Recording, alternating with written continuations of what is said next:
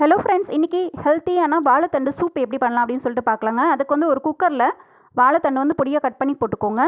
கூடவே வந்து பெரிய வெங்காயம் ஒன்று கட் பண்ணி போட்டுக்கோங்க. இஞ்சி, பூண்டு, சீரகம் 1 டேபிள் ஸ்பூன், மிளகு 1 டேபிள் ஸ்பூன், மஞ்சத்தூள் 1/2 டேபிள் ஸ்பூன் போட்டு தண்ணி ஊற்றி 4-5 விசில் விட்டு எடுத்துக்கோங்க.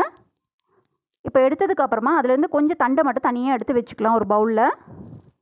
மீதி எல்லாமே வந்து மிக்ஸி ஜாரில் போட்டு அரைச்சி எடுத்துக்கோங்க. அந்த தண்ணியோடு சேர்த்து அரைச்சிக்கோங்க. இப்போ இதை ஒரு ஃபில்டர் வச்சு வடிகட்டிக்கலாம். வெறும் தண்ணி இருந்தால் போதும் நமக்கு.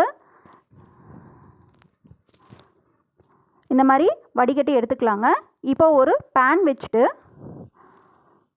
அதில் 1 டேபிள் ஸ்பூன் அளவுக்கு எண்ணெய் விட்டுக்கோங்க.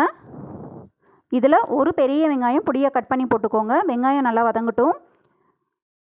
இது கூடவே நம்ம எடுத்து வச்சுருக்க தண்டை வந்து போட்டுக்கலாம், வேக வச்சது.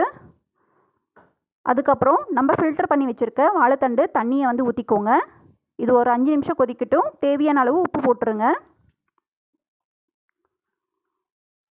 ஒரு பவுலில் வந்து கார்ன்ஃப்ளவர் 1 டேபிள் ஸ்பூன் எடுத்து தண்ணி ஊற்றிட்டு அது மிக்ஸ் பண்ணி அதையும் வந்து இதில் ஊற்றிடலாம்.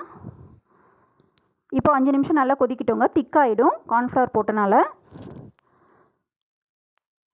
அப்புறம் லாஸ்ட்டாக வந்து தேவையான அளவு பெப்பர் போட்டுக்கோங்க. மல்லி இலை போட்டு